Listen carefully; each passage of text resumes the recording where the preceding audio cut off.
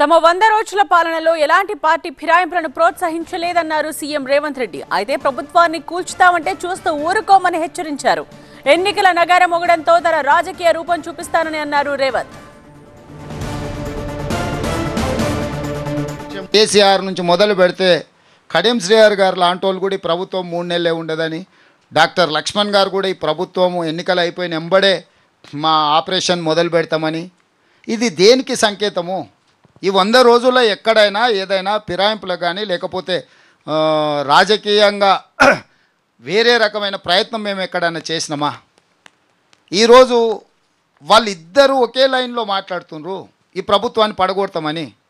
అంటే వాళ్ళు పడగొడితే చూసుకుంటూ కూర్చుంటామా? ఇప్పుడు కుక్క కాటుకు చెప్పు దెబ్బ అని పెద్దలు చెప్పిండ్రు, కొట్టకుట్టు ఊరుకుంటామా? కొడతాం కదా. నేను ముందే చెప్పినా కదా, సరే మీరు తారీఖు పెట్టుర్రి చెప్తా కదా అని. అందుకే ఈరోజు మొదలు పెట్టిన, మీరు ఇంకా చూసినట్లేరు. 100వ రోజు మొదలుపెట్టిన, 100 రోజుల పరిపాలన మీదనే పెట్టిన. ఈరోజు ఎన్నికల నగారం మోగింది కాబట్టి ఇంకా ఎన్నికల రూపం చూపిస్తా. రాజకీయ పార్టీ అధ్యక్షుడిగా ఈ రోజు నుంచి రాజకీయ పార్టీ అధ్యక్షుడిగా పని మొదలు పెడతా కదా. నిన్నటి కోడ్ రానంత వరకు ముఖ్యమంత్రిగానే వ్యవహరించిన. ఎందుకంటే చాలా నిబద్ధతతో రోజుకు 18 గంటలు ప్రతిరోజు పనిచేసిన 100 రోజులు. కేసీఆర్ నుంచి మొదలు తాను కేంద్రం, గవర్నర్, ఇతర రాజ్యాంగబద్ధమైన వ్యవస్థలతో ఘర్షణ వాతావరణం కోరుకోవడం లేదని అన్నారు రేవంత్. తమ పాలనతో ఈ విషయాన్ని స్పష్టం చేశామన్నారు సీఎం.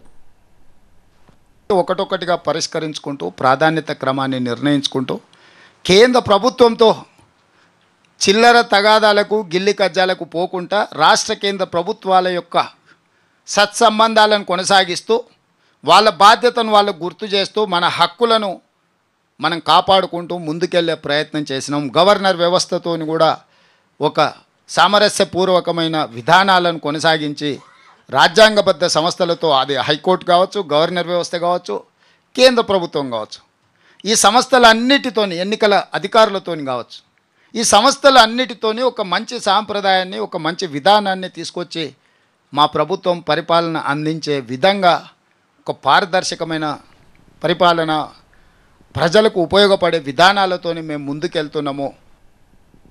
ప్రజలకు 200 యూనిట్ల వరకు ఉచిత కరెంట్ ఇచ్చేందుకు ప్రయత్నిస్తూ ఉంటే కొందరు అడ్డుకుంటున్నారని సీఎం రేవంత్ రెడ్డి ఆరోపించారు. కేసీఆర్ నాటిన కలుపు మొక్కలను ఏరి పారేస్తామన్నారు రేవంత్. ఎక్కడెక్కడ విష పురుగులను, గంజాయి మొక్కల్ని నాటిండో అవి ఇంకా వాటి వాసనలు వెదజల్లుతూనే ఉన్నాయి.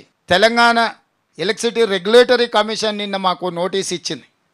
మీరు సబ్సిడీ ముందుగాల సంస్థలకు చెల్లించిన తర్వాతనే 0 బిల్ ఇవ్వాలని. ఆ మేధావికి నేను చెప్పదలుచుకున్నా, ఇన్ని రోజులు రైతులకు ఉచితంగా కరెంట్ ఇస్తే ఆనాటి ప్రభుత్వం 24 గంటలు ఇస్తుందంటే ఏ రోజైనా ఈ ఆదేశం ఇచ్చినవా?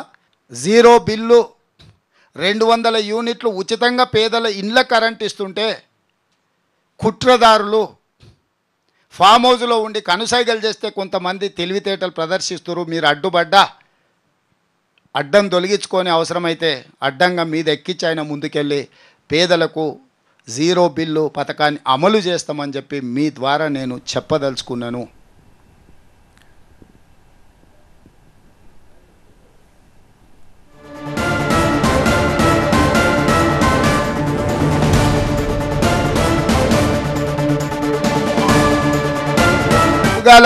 రైతు భరోసాకు సంబంధించి ఎవరు ఆందోళన చెందాల్సిన అవసరం లేదు.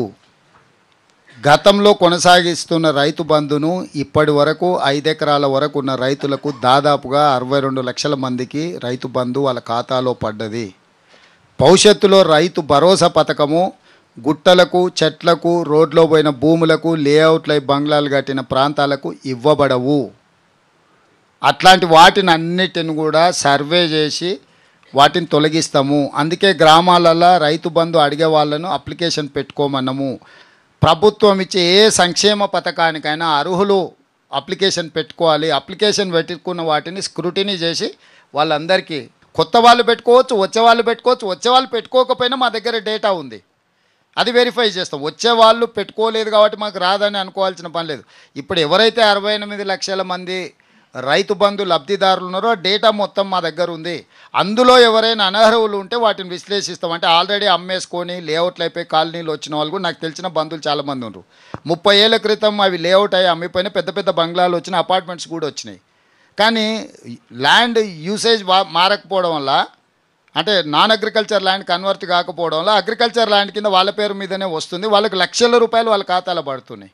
ఈ మధ్యలోనే మీ పేపర్లోనే రాసిండ్రు, నేషనల్ హైవేస్ కింద రోడ్లలో పోతే వాళ్ళకు కూడా రైతు బంధు వస్తానే ఉందని. ఇట్లాంటి నిర్లక్ష్యము తప్పుడు విధానాలకు రైతు భరోసా పథకంలో పులి స్టాప్ పెడతాము. తప్పకుండా వాళ్ళని పెంచి, అంటే ఈ దుర్వినియోగాన్ని ఆపుతాము, నిజమైన లబ్ధిదారులకు పూర్తి స్థాయిలో అమలు చేస్తాం.